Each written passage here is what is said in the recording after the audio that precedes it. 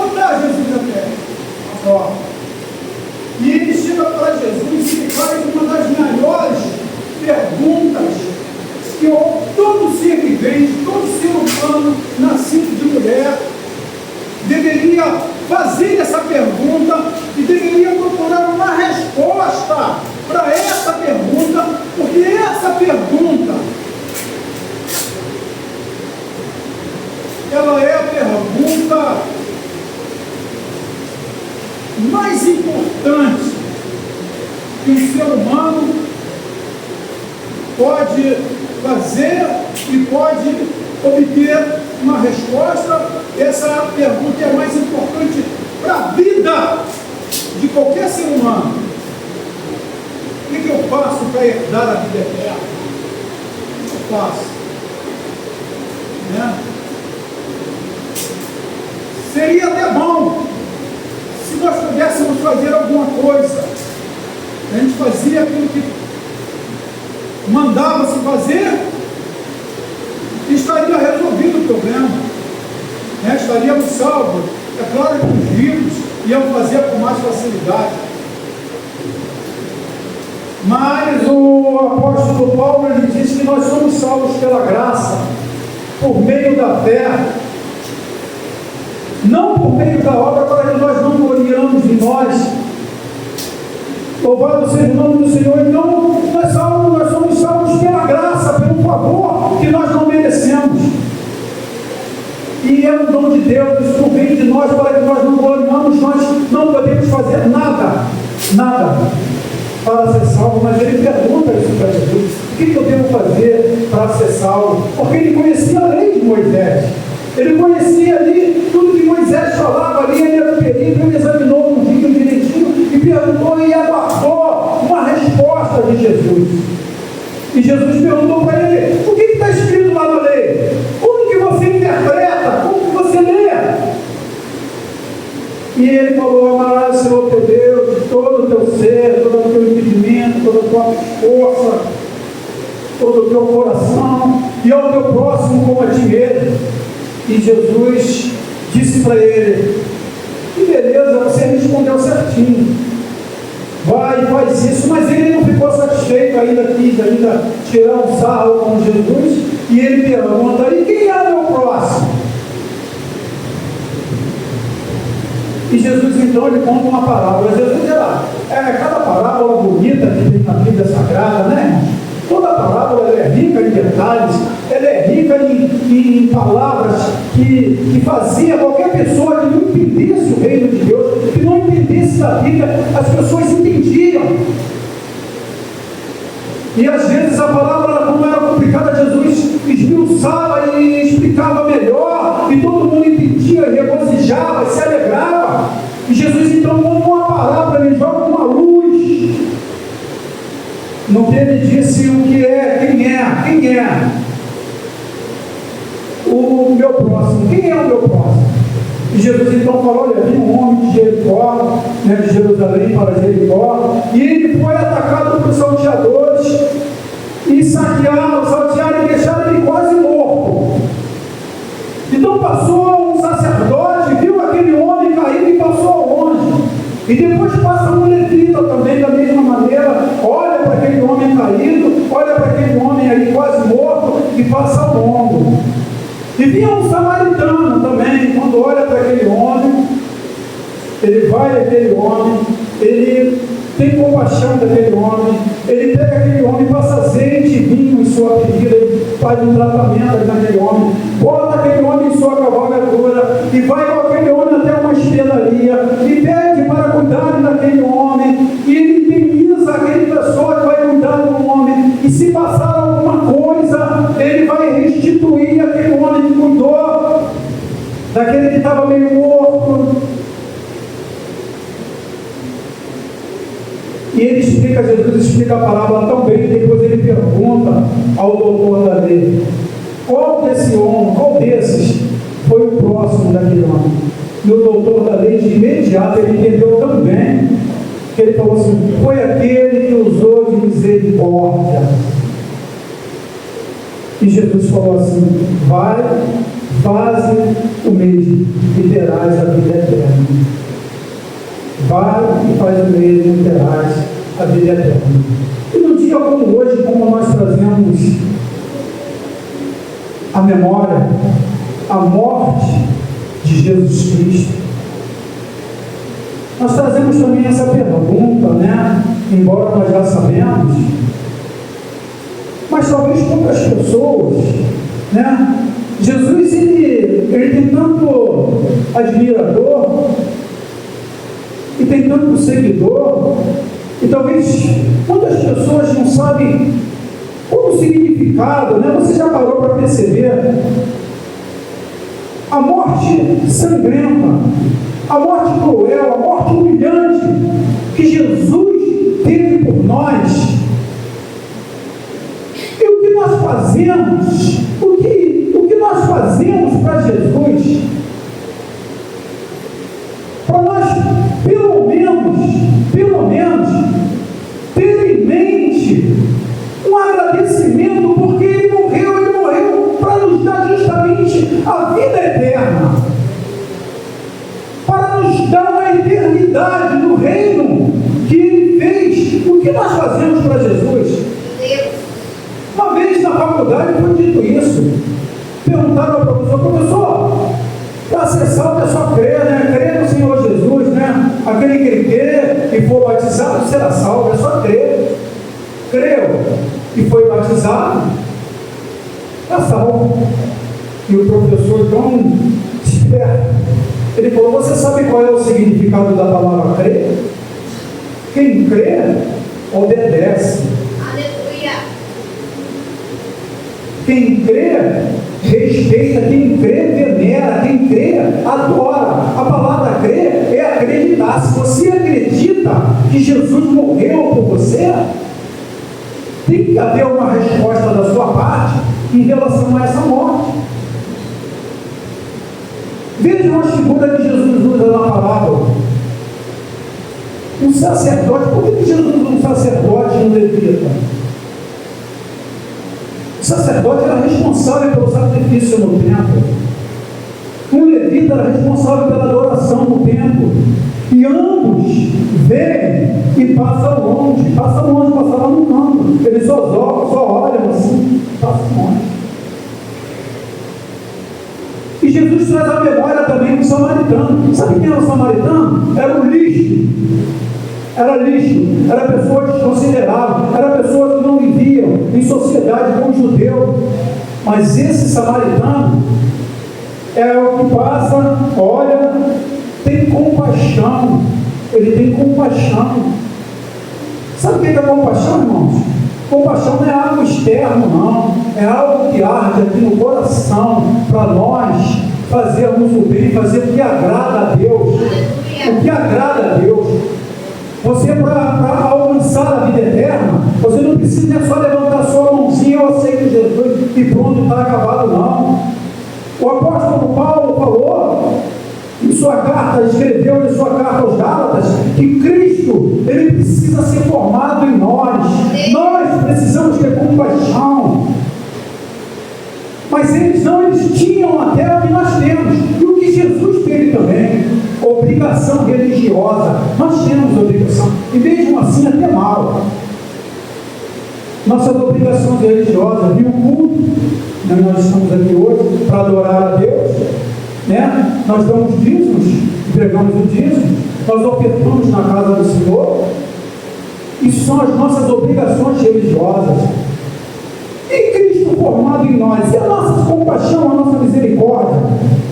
Será que aquele enfermo que é teu vizinho, aquela pessoa enferma que está no seu trabalho, será que dentro de você há alguma coisa para você falar de Jesus para ele, para você falar que tem cura, tem salvação, tem milagre para a vida dele? Será que isso arde em você por dentro? O teu coração pede isso? Sabe por que Jesus lança essa parábola? Porque os judeus, o próximo que eles tinham lá na lei, nos estudos dele, que eles interpretavam a lei, era para ajudar somente os judeus.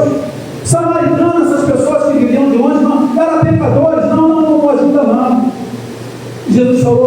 próximo é aquela pessoa que está mais perto de você, precisando de ajuda. Precisando de ajuda. Ele é o teu próximo. Não é só as nossas obrigações religiosas, irmão. Nós temos algo em nosso DNA que nós precisamos parecer com Cristo. É claro que Cristo não vai ser formado em nós, aqui nessa vida, não vai ser. Mas alguma parte de Cristo, alguma coisa agradável, alguma virtude que Jesus Cristo tinha, nós temos que batalhar para ter também. Aleluia! E principalmente, a misericórdia com aqueles que sofrem, estão perto de nós, principalmente os enfermos, os doentes, são esses que precisam mais, ou qualquer um que esteja com fome, que esteja passando qualquer tipo de dificuldade na sua vida social. Nós somos enviados por Cristo. Nós somos enviados por Cristo, mas não enviados assim, de uma maneira ética, não. Tem que haver essa compaixão, porque a ética cristã, ela até nos obriga. A ética cristã, ela até nos impulsiona a fazer as coisas que agradam a Deus. Mas a compaixão é diferente. A compaixão que Jesus pede para esse moço, para esse doutor da lei, ela é algo que tem que haver dentro de nós, quando nós vimos alguma coisa em desconformidade com o reino de Deus. Porque o reino de Deus, ele é bom, perfeito e agradável. E o reino de Deus, ele só está em movimento aqui na terra, mas ele não foi consumado ainda, mas ele já existe e já está entre nós. E tudo que nós vemos fora do reino de Deus, fora, nós temos a obrigação, mas não é a obrigação ética, não. É uma obrigação, não é uma obrigação religiosa. É uma obrigação que tem que haver dentro de nós. O apóstolo Paulo, ele tinha esse tipo de obrigação, quando ele disse assim, pelo evangelho que eu anuncio, em nada me glorio, porque a mim é imposta essa obrigação, e ai de mim se eu não pregar. A obrigação não era uma obrigação, era uma obrigação que partia de dentro. Era uma obrigação que partia de dentro. E ser seguidor de Cristo e alcançar a vida eterna não é tão fácil como nós pensamos também, não. Vocês lembram daquele mendigo que foi colocado à porta do rico e que o rico todo dia passava por ele e demonstrava uma indiferença para ele, aquele ser humano? Não valia de nada, porque ele passava todo dia por ali. E ele não acudia, ele não tinha sensibilidade, ele não tinha compaixão. E no dia que ele morreu, ele foi cobrado. Sabe por quê, irmãos? Porque nós também pensamos que nós só agradamos a Deus com aquilo que nós fazemos. Mas tem muita coisa que Deus, Ele quer de nós, Ele exige de nós. Sabe o que, irmãos? É coisas que nós deixamos de fazer. Às vezes nós vamos para a igreja, oramos. Não, um dia, Deus me perdoe, tem umas coisas que acontecem assim, às vezes. A nossa mente, ela trabalha, né? E eu estava até pensando numa coisa parecida com essa, né? O que nós deixamos de fazer também? O rico, quando ele viu Lázaro do outro lado, o pai Abraão falou: lembra que lá na terra eu te dado tudo, e você sempre passava por alguém lá, e para você era indiferente. Ele tratava o mendigo Lázaro como sacerdote, como levita tratou aquele que foi ali apanhado ali pelos salteadores. E outro dia eu estava pensando, né? E veio na mente, olha, irmãos, eu não conheço essa música, eu nunca cantei, mas sabe, eu ouvia quando eu era pequeno uma música de uns vizinhos, todo final de semana, eles eram de Paraíba, que voltavam assim na vitrola, e aquilo ficou gravado. Tem coisas que ficam gravadas na nossa mente, até desde quando nós somos crianças, e a música tocava, sabe o que, João?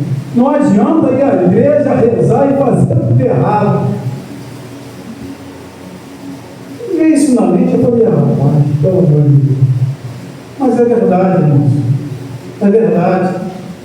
O nosso culto, a nossa adoração, o nosso servir a Deus, o nosso agradar a Deus, a nossa vida eterna, ela não está resumida só aqui na nossa obrigação religiosa. Até porque tem pessoas que cumprem, né, as obrigações religiosas de uma maneira tão obrigada mesmo, né? Puxa vida,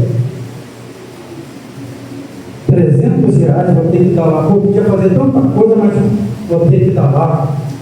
Porra, Bíblia, mano, obrigação religiosa. Obrigação religiosa. Se der por amor, por devoção, né? Por agradecimento a Deus por tudo isso, pela sua morte, pagou o preço do teu pecado, te justificou. Você sabe o que é ser justificado por Deus?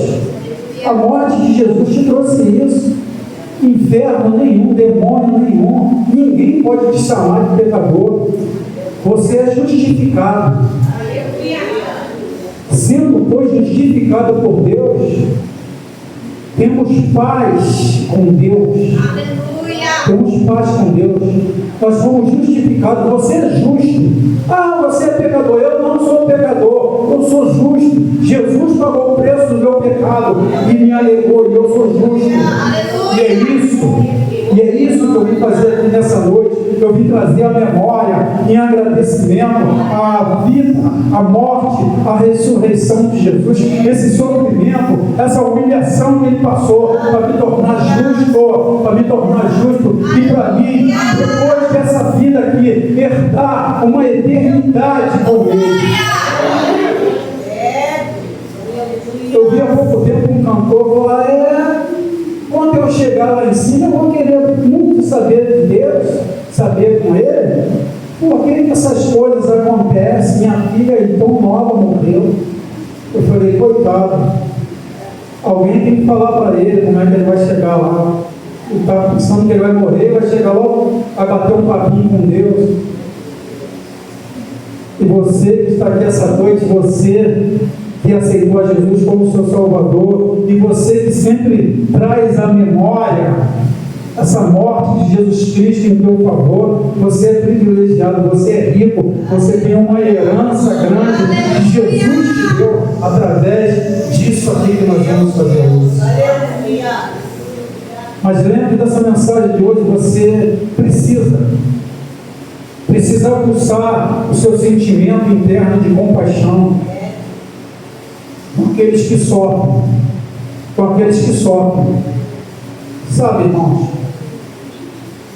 o maior embate que Jesus teve, o maior embate que Jesus teve aqui na terra